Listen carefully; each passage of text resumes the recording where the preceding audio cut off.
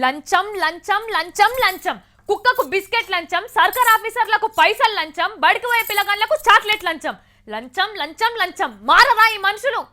అబ్బా, ఠాగూర్ సినిమాల చిరంజీవి, ఒకే ఒక్కడు సినిమాల అర్జును, భారతీయుడు సినిమాల కమల్ హాసన్, అపరిచితుడు సినిమాల విక్రమ్. వీళ్ళంతా నాకు ఒక్కటే మనిషిలా కనబడుతున్నారు. ఎందుకంటే ఇప్పుడు చెప్పిన సినిమాలన్నిట్లా హీరోలు లంచం తీసుకుంటున్న లొత్త కొరగాలను సిరీస్ చింత గట్టిరు. ఇగో మన సార్ కూడా లంచం ఇస్తే డైరెక్ట్ చంపేస్తా అంటున్నాడు. అబ్బబ్బబ్బబ్బబ్బబ్బబ్బబ్బబ్బబ్బబ్బ సార్ అంటే సార్ కాదుల్లా, సమర సింహం యాద్గిరి నరసింహం అవతారం ఎత్తిండు మన కేసీఆర్ సారు.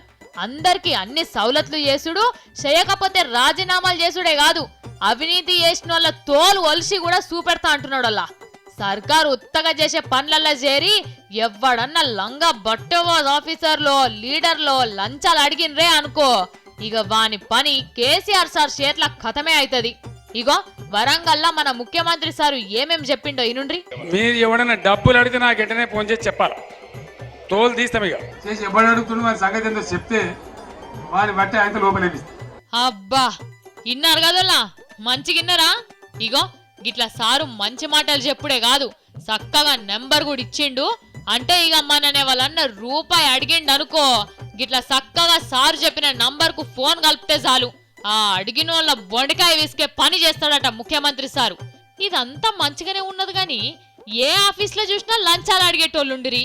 ఏ చిన్న పనికైనా పైసా ముట్టకుండా పని చేయనోళ్ళు ఎంకులాడిన దొరకని కథాయే.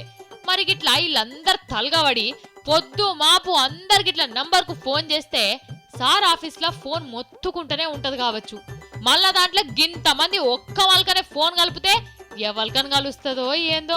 ఇది ఇట్లుంటే మరి గిట్లా లంచాలు పట్టుకునే పని మీదనే నౌకర్లు చేస్తున్నగా అవినీతి శాఖలకు ముఖ్యమంత్రి సారు రేపటి కాన్ నుంచి ఏం పని అప్ప చెప్తాడో చూడాలిగా.